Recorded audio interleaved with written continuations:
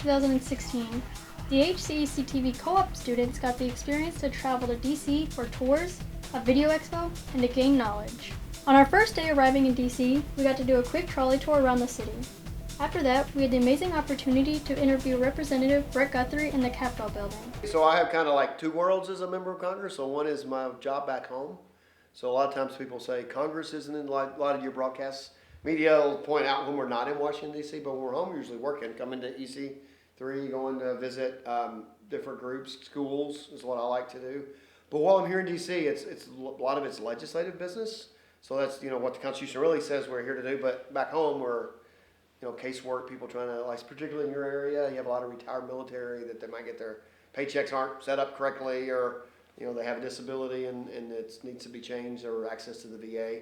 So we do a lot of that stuff back home. But here it's really working on changing the law, writing the bill. So this week we're actually doing a continuing resolution, which means we don't have a budget in place. So we should do a yearly budget, but we're going to do a resolution to say, because the president can only write checks, or actually the Secretary of Treasury writes them, but works for the president, can only write checks if approved by Congress. Can only draw upon funds approved by Congress, it says in the Constitution. So we have to do that, and so because it's a transition year, we're actually going to do one vote on it Thursday. They'll go to April 28th. So so on our side we're arguing, well, if the president comes in January 20th, why wait till April 28th? And the problem is a new session starts. And so the Senate has advising consent responsibility. It gets back to the Constitution. So there's going to be probably Supreme Court justices, cabinet secretaries. So the Senate says, why don't we push it till after Easter so that we can deal with get the government up and running for the president to be. So typical day would be like this morning, wake up in meetings immediately, have committee hearings, bills on the floor. We're going to go vote about 4 o'clock today on getting the rules set up for the continuing resolution for Thursday. So it is, and then usually I'll go to about 8 o'clock tonight. But it's always a lot of people from home. I had a phone call, somebody dealing with gas at Fort Knox, trying to drill gas at Fort Knox earlier today, so dealing with a lot of issues at home as well.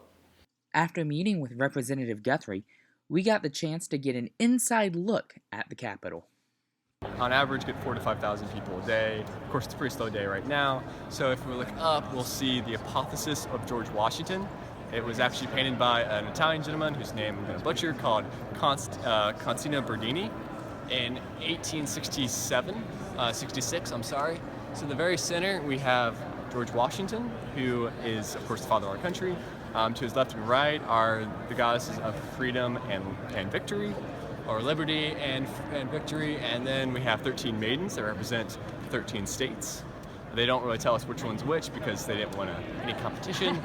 And then under that we have the Greco-Roman gods and goddesses, because the founders, being men of the Enlightenment and also really carrying on the idea of the Renaissance, really valued and the idea of Greco-Roman mythology, and kind of believed to themselves to be the heirs of the Roman Republic, modeling, if you will, our country after them as well. And so even the architecture of this capital, if not most state capitals, are neoclassical, which is a callback to pillars and the design of the Pantheon in Rome. So they're kind of beautiful. From the Capitol in Washington, D.C., I'm CJ Kale with HCEC TV. The next day, we went around and saw some of the many famous monuments that DC has to offer, including the Washington Monument, the Lincoln Memorial, the Vietnam and Korean War monuments, and the Martin Luther King Monument. After we were done sightseeing, we split into two groups. One went to the American History Smithsonian, while the other attended the 75th anniversary commemoration of the bombing of Pearl Harbor. Oh! 3, 10, whoop! Oh, good. Okay, I'll get her.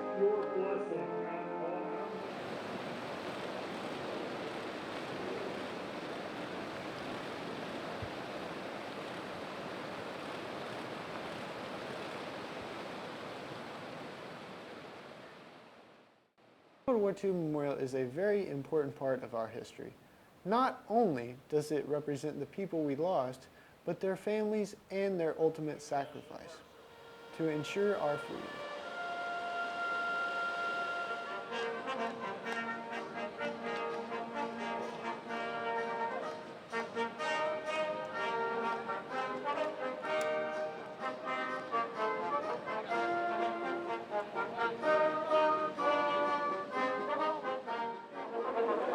do you want to say to people at home?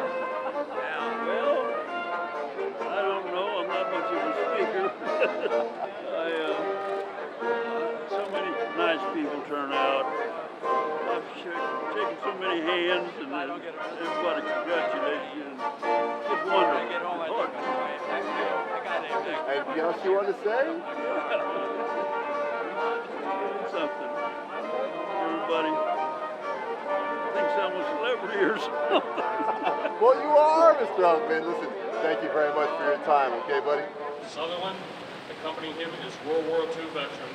The important thing, to quote our greatest ally, Sir Winston Churchill, is that succeeding generations not be allowed to forget their sacrifice and their example. Succeeding generations. This is the 75th anniversary of the attack on Pearl Harbor. 75 years from now, will the same commemoration be understood as an important milepost on the continuing passage of the greatest experiment in democracy in history.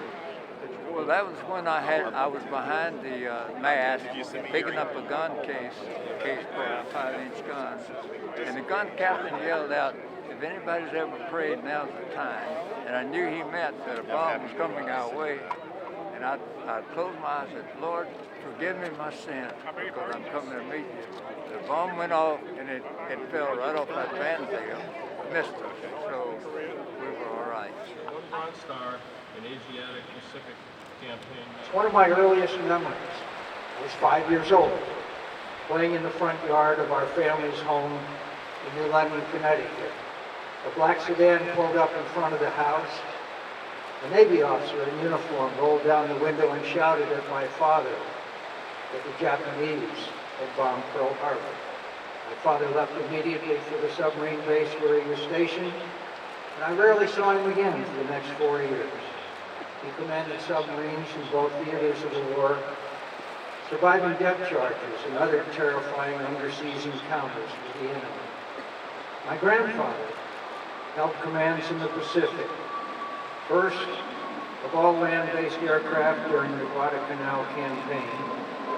In the last year of the war, he commanded a fast carrier task force for his friend, Admiral Halsey.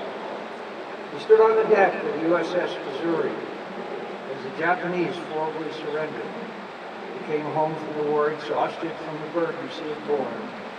He died the same day. During the war, and whenever my father was at sea, the job of raising my sister, brother, and me fell to my mother alone. She gave us her strength, her love of life, and her deep interest in the world. I wouldn't be here today but for her character and example. In about 2 months, we will celebrate her 105th birthday.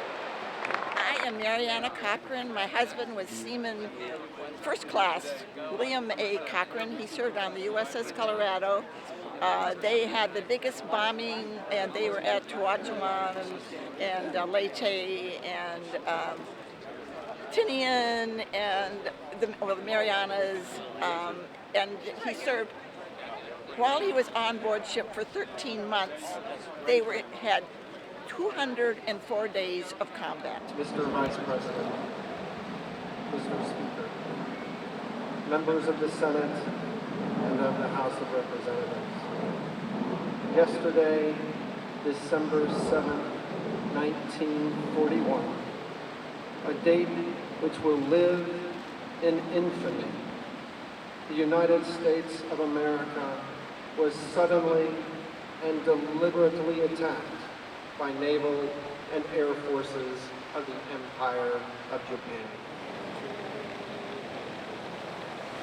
When TVP students like myself and others took a week-long trip to Washington, D.C., we got a chance to visit WETA studios to witness a live taping of the PBS NewsHour. We stepped onto the set while the show was being filmed live. On the next NewsHour, a special series following 3 women on their mission to earn newly opened combat roles in the Marines That's Thursday on the PBS NewsHour.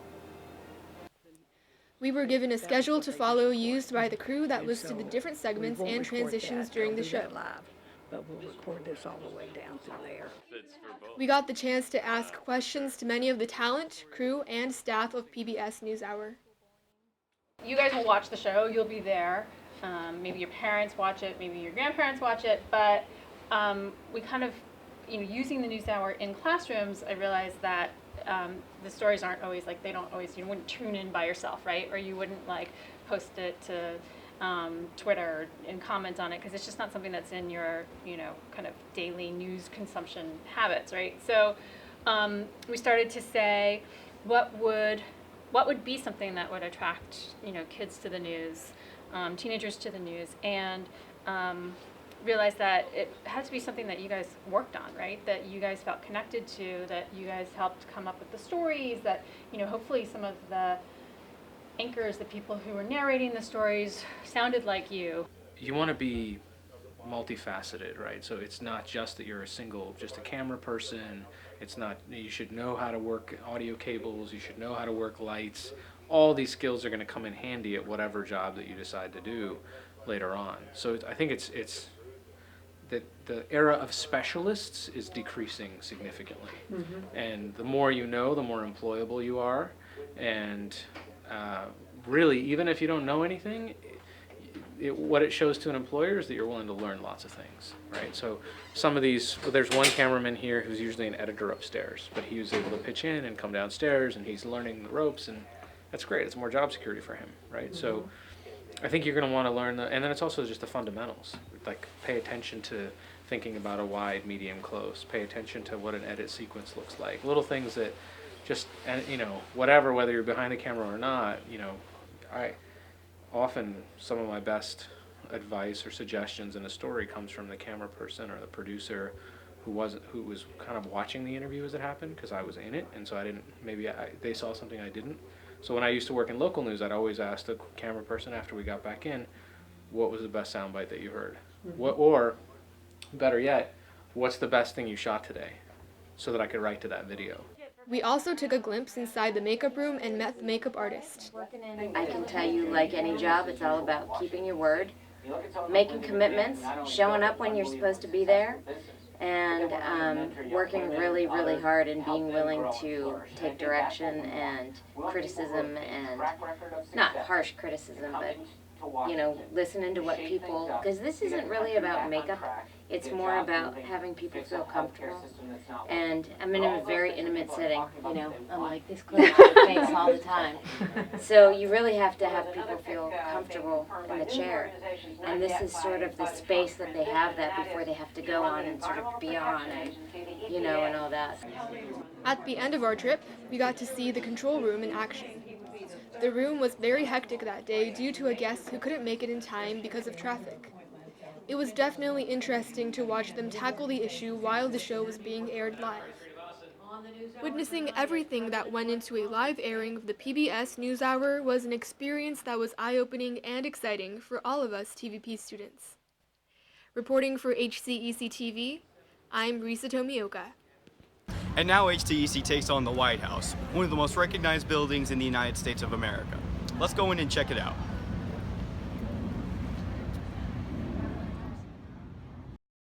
On our third and final day in D.C., we got the opportunity to tour the White House, something many people do not get the chance to do. Our state representative, Brett Guthrie, offered to get access to a free tour of the home of the president while we were there. Like most, we greedily took the offer. Once when we got past the checkpoints, 4 in total, we were immediately greeted with portraits of our nation's current and previous leaders and the holiday spirit. Each room viewable to the public had some form of Christmas decoration, and lots of information behind each door. Each room had its own story, its own role in the creation as to what the White House is today. In 1809, gatherings were held in the Red Room to break boundaries between the political parties. In 1933, the same room was where First Lady Eleanor Roosevelt hosted press conferences for women reporters who were excluded from presidential press conferences. The Blue Room is in the center of the state floor of the White House. It is also the room where the White House's official Christmas tree is located. The tree usually stands at an impressive 20 feet tall, and the crystal chandelier must be moved to make room. And the Green Room is what allowed tours to begin with. Lady Jacqueline Kennedy started a program to keep its formal look, which is why much of the rooms open to the public have remained untouched since that time. Learning this information from various guides was very interesting, and upon leaving the home of the first family, we were greeted upon a full choir, singing, as expected, Christmas carols.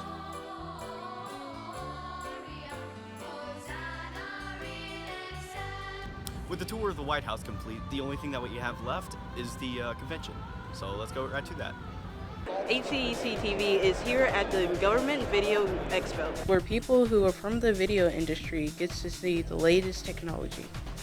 Luckily, the HCEC TV co-op students were able to attend.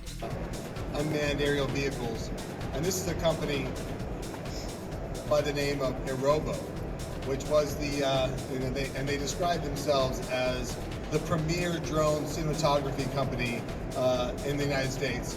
They're headquartered in Brooklyn, and they're actually the first company to get sanctioned by the FAA to do a operation in New York City. Because the trip was so eventful, everyone has a different favorite experience.